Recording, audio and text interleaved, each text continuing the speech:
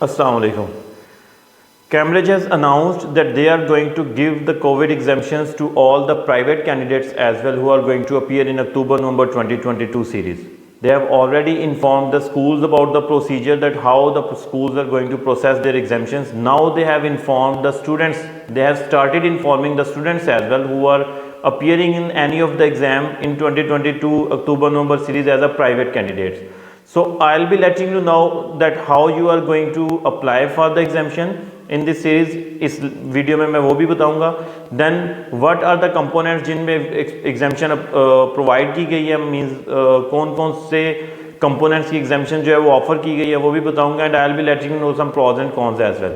So please watch the video completely and you will find the links of the COVID exemptions. You will find the links of all the details in the video as well. So watch it completely. Okay, so if we talk about the exemption, here this sort of mail you will receive from the Cambridge. आप लोगों को अगर mail receive हो गई है that is well and good. अगर mail receive नहीं हुई, still I will be sharing the links with you in the description और एनीवेयर इन द वीडियो, ताकि आप उसके थ्रू इसको अप्लाई कर सकें. देखें ये सारी डिटेल है. उसने कहा कि they are informing that yes October November series they are going to, British Council is going to provide you with the COVID-19 exemptions. अब COVID-19 exemptions हैं क्या? Most of you will be aware of it. If you are not aware, let me tell you that all those components जिनमें Cambridge को ऐसा feel हुआ that it's very difficult for the students because of the COVID to interact with the other people, to interact with the equipments and to interact with the teachers. तो उन्होंने कहीं पे उनको exempt किया from some of the components. जैसे अगर computer science की बात करें O levels में, तो उसमें एक पेपर 2 होता है जिसमें they have to go with the laptop and they have to perform some sort of task over there, that is exempted. Then if we talk about the physics and chemistry, तो उसका जो practical वाला काम है वो उन्होंने exempt किया. तो it's mean that there is a complete list. We can see that what can be the eligibility criteria if you want to go for the exemption.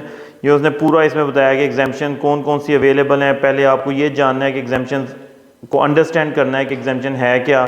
Then he has given all the subjects A levels के, जैसे biology है, chemistry है, A level food studies है, A level physics है, then AS level के, and then later on it will go towards IGCSE and the computer the Cambridge sciences IGCSE, then languages. तो ये सारे कंपोनेंट्स में means सारे subjects in which you can avail the exemption. They have mentioned all the subjects along with the components in which you can avail the exemption. So these are the whole detail. If you have already gone through this process, maybe you have studied about it, ये सारे आपको पता होंगे. But still if you are new to it, अगर आप first time इसके लिए जा रहे हो एग्जाम्शन के लिए, तो आप इसको देख लो. अच्छा, जो फर्स्ट टाइम एग्जाम्शन के लिए जा रहे हैं, मैं उनको ये भी बताता चलूँ कि इसमें कुछ वो उसने नीचे मेंशन भी किया होगा, ये the risk associated with the exemption. देखो, let's suppose there is a paper which has 2 components. Let's take the example of computer science. It has 2 components, paper 1 and paper 2, and they are exempting paper 2. So if you have availed the exemption and unfortunately because of any reason you are unable to appear in paper 1, so obviously you will not get the grade because paper 2 was already exempted and you haven't appeared in paper 1 as well. तो वो आपको नुकसान हो सकता है. इस तरह के रिस्क भी इस एग्जाम्शन के साथ associated है. Still if you need more information about the reasons or about the problems associated with these exemptions, you can go over there and you can check that what are those problems. Then application form की बात करें तो एक online application form है. If you are the student of O level or you are the student of A level and you want to avail this exemption, you have to click on this form and you have to go to apply online. और वो online ही process होगी और उसके बाद आपको उनकी एक mail receive होगी कि आपकी एग्जाम्शन अप्रूव हो गई है या नहीं. In most of the cases exemption will be approved, but still I'll suggest you that until and unless you are not getting the confirmation mail from the Cambridge side that yes, we have observed and we have approved your exemption, आप उस component की तैयारी ना छोड़ें. You should go on with your studies as you are going on. इसकी last date apply करने की 15 सितंबर है. So you have to apply the component exemption before this date if you want to go for it. Now let's see that what sort of application form they have. If we click on the form, it's a sort of simple Google form. उसमें आपने अपनी personal detail देनी है, जैसे आपने अपना centre number देना है। मैं कोई भी रैंडमली पिक करने की कोशिश करता हूँ, maybe I will be able to do it. Then candidate number maybe 05 और 55 maybe 00 let me see 00 50 65। Okay then let's suppose I am entering my ID card number 34 कुछ भी एक डाल देता हूँ।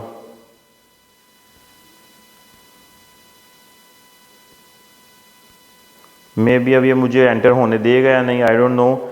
कोई भी abc@gmail अगर तो इसने इसको कनेक्ट किया हुआ है विद द सिस्टम तो ये मुझे इसमें अप्लाई नहीं करने देगा, otherwise it will let me know. Okay it's not bothering the system कि मैंने क्या ईमेल आईडी डाला है। एनी हाउ ये नीचे उसने सारे कंपोनेंट्स बता दिए। लेट्स सपोज मैं कहता हूँ कि मैं A लेवल्स के लिए जाना चाहता हूँ, फिर उसने नीचे सारे कंपोनेंट्स बताए हैं कि मैं किस कंपोनेंट के लिए अप्लाई करना चाहता हूँ।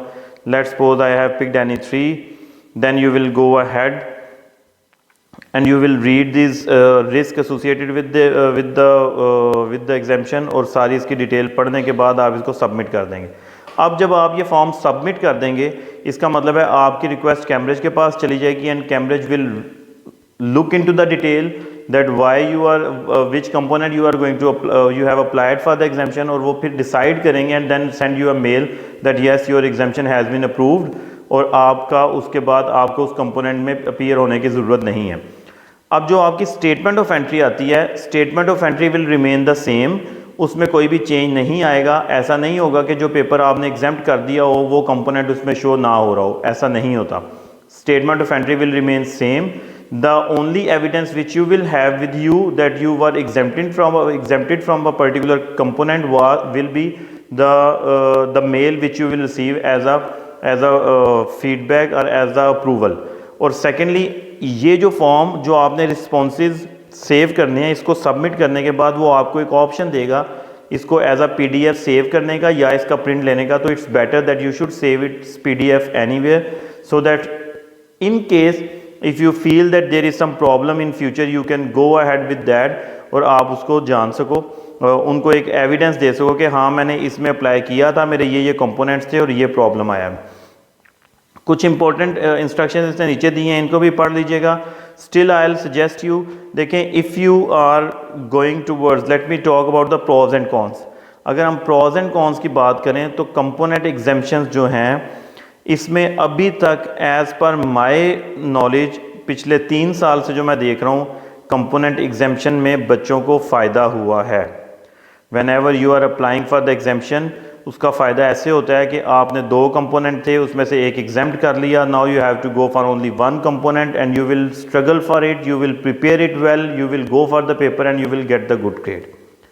हाँ कुछ रिस्क एसोसिएटेड हैं जो उन्होंने भी मेंशन किए हैं कि सम टाइम ऐसा होता है कि आपका एक कंपोनेंट अच्छा नहीं हुआ, maybe you will be prepared you were because of any reason you were not able to prepare that component well, आप दूसरे में ज़्यादा स्ट्रगल करते हो और उसमें अच्छा ग्रेड ले लेते हो, that can be the case. तो ऐसे केस में एग्जेम्पशन ली होगी तो आपके पास कंपोनेंट ही एक होगा, then you will be suffering from that you will not be able to get that particular grade क्योंकि आप एक ही कंपोनेंट था उसमें भी अच्छा परफॉर्म नहीं कर सके। तो pros and cons are there, लेकिन what I have noticed from the previous experience that the COVID exemptions whenever the student has applied for it, it has been in the favor of the student. So I'll suggest that you people should go for the exemption, let it go the component which you don't want to appear in जिसमें exemption लिया और दूसरे component को इतने अच्छे से तैयार कर लो that there should not be any room of going towards the decline। तो ये एग्जेम्पशन आपके कंपोनेंट को आपके रिजल्ट को इम्प्रूव भी कर सकती है and it can be the reason of decline of the result, but as per my experience, as per the past experiences I have noticed कि इसकी वजह से बच्चों के ग्रेड्स बूस्ट ही हुए हैं क्योंकि उनको थोड़े टाइम में इस 1.5 मंथ के स्पैन में एक अच्छा रूम मिल जाता है for the sake of doing preparation of only 1 component जिसको वो बहुत अच्छे से तैयार करके एक बहुत अच्छा ग्रेड जनरेट कर सकते हैं। I hope the things are clear. Still if you feel any confusion, you have any question, please feel free to comment on my video and please don't forget to subscribe my channel and like my video ताकि next जो भी video मैं बनाऊँ वो आपको आसानी से पहुँचती रहे और आपको लेटेस्ट इन्फॉर्मेशन भी मिलती रहे। See you in the next video. Take care, अल्लाह हाफिज़।